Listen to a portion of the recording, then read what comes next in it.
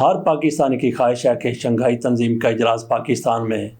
اور امن طریقے سے ہو جائے، اور حکومت کی طرف سے کہا جا رہا ہے کہ اس کو سبوتاج کرنے کی کسی کو اجازت نہیں دی جائے گی۔ حکومت کی طرف سے پوری کوشش کی جا رہی ہے کہ اس اجلاس کو، اس سمٹ کو کوئی بھی سبوتاج نہ کر سکے۔ اس حوالے سے حکومت کی طرف سے کئی کوششیں کی جا رہی ہیں۔ انہوں نے ایک تو ہوٹل ریسٹورنٹ سارے بند کر دیے ہیں تاکہ اسلام آباد اور راولپنڈی میں کسی قسم کی بھی کوئی ہلچل نہ ہو سکے۔ اس کے علاوہ بھی حکومت کی طرف سے بڑے اقدامات کیے گئے ہیں، لیکن حکومت اب خود ہی اس کانفرنس کو، اس سمٹ کو سبوتاج کرنے پر تل گئی ہے۔ عمران خان کی طرف سے، تحریک انصاف کی طرف سے جب یہ پتہ چلا کہ یہ آئینی ترمیم کرنے کے لیے تلے بیٹھے ہیں، سارے اتحادی بالکل تیار ہو چکے ہیں، لوگوں کو اکٹھا کر لیا گیا ہے، نمبر پورے ہونے کے یہ دعوے کر رہے ہیں، تو عمران خان کی طرف سے اپنی پارٹی کو کال دی گئی تو 4 اکتوبر کے بعد اسلام آباد کو بند کر کے رکھ دیا گیا۔ 4 اکتوبر سے 7-8 اکتوبر تک جو کچھ اسلام آباد میں ہوا وہ سب کے سامنے ہے۔ شہباز شریف کی طرف سے اس موقع پر کہا گیا کہ یہ لوگ شنگھائی تعاون تنظیم کا اجلاس سبوتاج کرنا چاہتے تھے، لیکن تحریک انصاف کی طرف سے اس اپنے احتجاج کو، اپنے مظاہروں کو، اپنا جو کچھ بھی انہوں نے اعلان کیا تھا اس کو انہوں نے ختم کر دیا۔ اس کے بعد ان کی طرف سے ایسی کوئی کال نہیں دی گئی، اور یہ اجلاس ہو رہا ہے 15 اور 16 اکتوبر کو، 17 کو اجلاس ختم ہو جائے گا۔ تحریک انصاف کی طرف سے اس دوران کسی قسم کی کال نہیں دی گئی، تو راوی بالکل چین لکھ رہا تھا۔ اچانک سے بلاول بھٹو زرداری بولتے ہیں کہ ترمیم ہو سکتی ہے۔ کب ہو سکتی ہے؟ انہوں نے کہا کہ شنگھائی تنظیم اجلاس سے قبل بھی یہ ترمیم ہو سکتی ہے۔ بلاول بھٹو زرداری کی طرف سے یہ کہا گیا، اور اس کے ساتھ ساتھ جس طرح سے مسودے ہمیں نظر آتے تھے، اس کا مسودہ، اس کا مسودہ، پیپلز پارٹی کا مسودہ، مولانا فضل الرحمان کا مسودہ اور حکومت کا مسودہ، لیکن ان میں کوئی مماثلت نہیں تھی، ہر ایک کا اپنا اپنا مسودہ تھا۔ بہرحال ایک مسودہ حکومت کا اب سامنے آ گیا ہے، وہ انہوں نے پارٹیوں کو دے دیا ہے، لیکن اتفاق رائے اس پر نہیں ہو سکا۔ اتفاق رائے ابھی ہوا نہیں ہے۔ بلاول بھٹو زرداری کی طرف سے کہہ دیا کہ سمٹ سے پہلے بھی ترمیم ہو سکتی ہے، یہ بلاول بھٹو زرداری کی طرف سے کہا گیا، اور حکومت کی طرف سے ایسی کوششیں سامنے آنے لگی تو تحریک انصاف کی طرف سے پھر اعلان کر دیا گیا کہ 15 اکتوبر کو وہ اسلام آباد کو، راولپنڈی کو اسی طرح سے جیم کر دیں گے جس طرح سے 4 اکتوبر کو کیا گیا تھا۔ تو ناظرین، ہماری حکومت خود ہی اپنے پاؤں پر کلہاڑا ماری، صرف اور صرف سیاسی مفادات کے لیے کہ عمران خان پر تو ملاقاتوں کی پابندی ہے، ان کو نہ کوئی میسج جا سکتا ہے، نہ کوئی ان کی طرف سے میسج آ سکتا ہے، تو اس دوران کیوں نہ ترمیم کر لی جائے۔ ان کی طرف سے یہ کہا گیا، یہ اشارے کیا گیا بلاول بھٹو زرداری کی طرف سے، تو کہہ دیا گیا کہ ترمیم ہو سکتی ہے اجلاس سے پہلے بھی۔ تو پھر تحریک انصاف کی طرف سے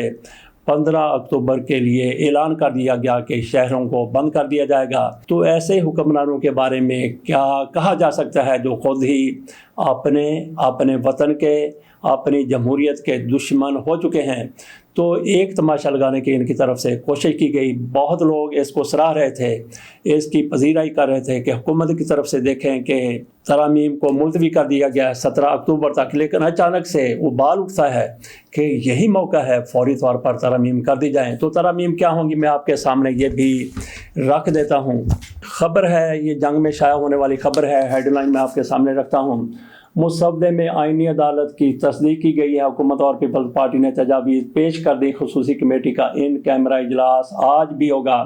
ممبرز پورے تمام جماعتوں سے مشاورت چاہتے ہیں، یہ بلاول بھٹو زرداری نے کہا ہے۔ پہلی بار مسودہ ملا، آئینی عدالت ہو یا بینچ لچک ہونی چاہیے، یہ مولانا فضل الرحمان کی طرف سے کہا گیا ہے۔ یہ وہی مسودہ ہے جس میں وفاقی آئینی عدالت کی بات ہے۔ وزیر قانون خد و خال تو بتائیں کہ ان آرٹیکلز میں کیا ترامیم کرنی ہے۔ بیرسٹر گوہر کی طرف سے یہ کہا گیا، قومی اسمبلی کی خصوصی کمیٹی کے اجلاس میں آئینی ترامیم پر ڈیڈ لاک برقرار۔ یہ ذرائع کہتے ہیں آئینی ترامیم سے حکومت آئین کو متنازع بنا رہی ہے، پارلیمنٹ کا اختیار ہے، اکثریت سے ترامیم کی جا سکتی ہیں، یہ لیاقت بلوچ کی طرف سے کہا گیا۔ اور پھر بلاول بھٹو زرداری نے یہ بھی کہا ہے کہ حکومت کے پاس چونکہ اکثریت ہے اور لوگوں کے ضمیر بھی جاگ سکتے ہیں، ضمیر کے مطابق بھی حکومت کے پاس ایک ہتھیار ہے کہ حکومت ترمیم آسانی سے کر سکتی ہے۔ اس لیے بلاول بھٹو زرداری کی طرف سے کہا گیا ہے کہ ہمارے نمبر پورے ہیں، اور ضمیر والوں کو ساتھ ملا کر جو کہتے ہیں کہ ہمارا ضمیر جاگ گیا کل سویا ہوا تھا، جو کہتے ہیں ہمارا ضمیر زندہ ہو گیا، کل مرا ہوا تھا، تو ان کی مدد سے بلاول بھٹو زرداری صاحب یہ ترمیم کرنا چاہتے ہیں، تو یہ پاکستان کے لیے ترمیم کتنی زیادہ نقصان دہ ہو سکتی ہے۔ قاضی فیصل صاحب کی طرف سے کہا گیا ہے کہ ان کے جو اعزاز میں ریفرنس ہونا ہے، فل کوٹ ہونی ہے، وہ تو ٹھیک ہے، وہاں پہ تقریریں ہوں گی، خود تقریر کریں گے، تو بار کونسل والے بھی کئی عہدیدار تقریر کریں گے، کئی وہ جج صاحبان بھی تقریر کریں گے جو ان کے بعد چیف جسٹس بننے ہیں، ایک نے بننا، دو نے، تین نے یا چار نے، جتنے نے بنا ہے وہ وہاں پہ ان میں سے کچھ تقریر کریں گے۔ تو قاضی فیصل صاحب کی طرف سے یہ کہا گیا ہے کہ وہ کھانا نہیں لیں گے، صرف سادہ تقریب ہوگی۔ بڑی اچھی بات ہے قاضی فیصل صاحب کی طرف سے جو کر دی گئی ہے کہ کھانا نہیں لینا، اس پر کئی لاکھ روپے خرچ ہو جاتے ہیں، صرف ایک سادہ سی تقریب ہوگی۔ تو قاضی فیصل صاحب کے حوالے سے کہا جا رہا ہے کہ انہوں نے یہ تسلیم کر لیا کہ میں نے چیف جسٹس مزید نہیں رہنا، لیکن قاضی فیصل صاحب ایک طرف تو اپنے آنر میں ریفرنس کروا رہے ہیں، ان کے آنر میں اجلاس ہو رہا ہے، تو قاضی فیصل صاحب کی طرف سے جس طرح سے ان کا جانے کا بندوبست ہو چکا ہے، لیکن اس کے ساتھ ساتھ حکومت کی طرف سے قاضی فیصل صاحب کے حوالے سے تو یہ کہہ دیا گیا ہے کہ ان کا ریفرنس ہوگا،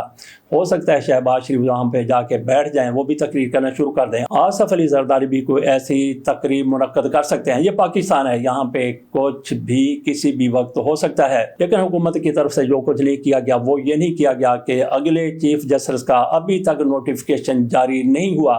جو منصور علی شاہ صاحب ابھی تک تو نظر آ رہے ہیں وہی ہوں گے، لیکن حکومت کی طرف سے خصوصی طور پر قاضی فیصل صاحب کے اہلکاروں کی طرف سے پوری کوشش کی جا رہی ہے کہ منصور علی شاہ صاحب نے چونکہ آئین کی ان کے مطابق خلاف ورزی کی، انہوں نے آئین شکنی کی ہے، کیونکہ یہ 2 ججوں نے کہا ہے اور 8 ججوں نے جو کچھ کہا ہے وہ ان کو کوئی فکر کوئی پرواہ نہیں، لیکن 2 ججوں نے چونکہ کہہ دیا کہ ان کا فیصلہ غیر آئینی ہے، تو ایک آئین شکن جج کو کیسے چیف جسٹس پاکستان بنایا جا سکتا ہے۔ یہ قاضی فیصل صاحب کے اہلکاروں کی طرف سے کہا جب باقاعدہ اس پر قیوم صدیقی کی طرف سے ایک ویلا کیا جاتا ہے جس میں یہی کچھ کہا جا رہا ہے۔ بہرحال قاضی فیصل صاحب جب چیف جسٹس بنے تھے تو کیونکہ یہ حکومت کے ان لوگوں کے ہم خیال تھے، تو ان کا نوٹیفکیشن 80 دن پہلے ان کے چیف بننے سے کر دیا گیا تھا، لیکن ابھی 2 ہفتے سے بھی کم وقت بچا ہے، لیکن کہا جاتا ہے کہ قاضی فیصل صاحب کے ایما پر اور حکومت جس طرح سے منصور علی شاہ صاحب کے بارے میں سوچتی ہے، ان کا نوٹیفکیشن ابھی تک جاری نہیں کیا گیا۔ عمران خان کے حوالے سے آخر میں بات کریں گے کہ جیل میں ان کے ساتھ کیا ہو رہا ہے اور جیلر نے اس حوالے سے کیا بیان دیا ہے۔ پہلے تھوڑی سی بات کر لیتے ہیں، ASF میں 3 فوجی افسروں کو، حاضر سروس افسروں کو تعینات کیا گیا ہے، تو شہباز گل اس پر ویلا ضرور کریں گے، وہ کہیں گے کہ دیکھیں کس طرح سے پاک فوج کے حوالے ادارے کیے جا رہے ہیں، اور ASF ایئرپورٹ سیکورٹی فورس میں 3 مزید افسروں کو، حاضر سروس افسروں کو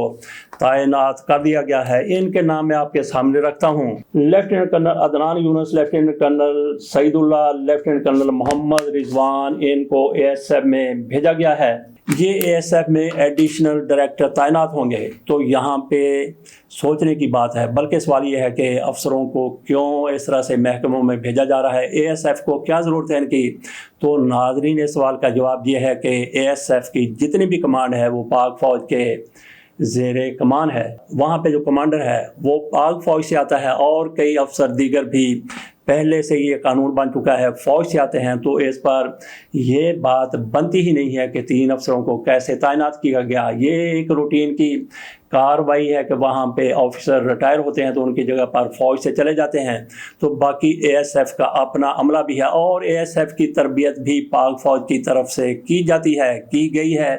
کی جا رہی ہے، وہاں پہ ڈسپلن سارے کا سارا پاک فوج کا ہے۔ اس لیے اگر ایئرپورٹ سیکورٹی فورس میں پاک فوج کے آفیسر جاتے ہیں تو یہ کوئی منفرد اور نرالی بات نہیں، آ جاتے ہیں۔ عمران خان کے حوالے سے،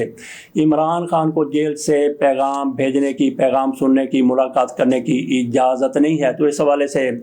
بہت سی افواہیں اور خبریں باہر آئی ہیں کہ عمران خان پر تشدد کیا جا رہا ہے، عمران خان کی صحت ٹھیک نہیں ہے، حکومت ان کے خلاف انتقامی کارروائیاں کر رہی ہے۔ عمر ایوب کی طرف سے آج ہی کہا گیا ہے کہ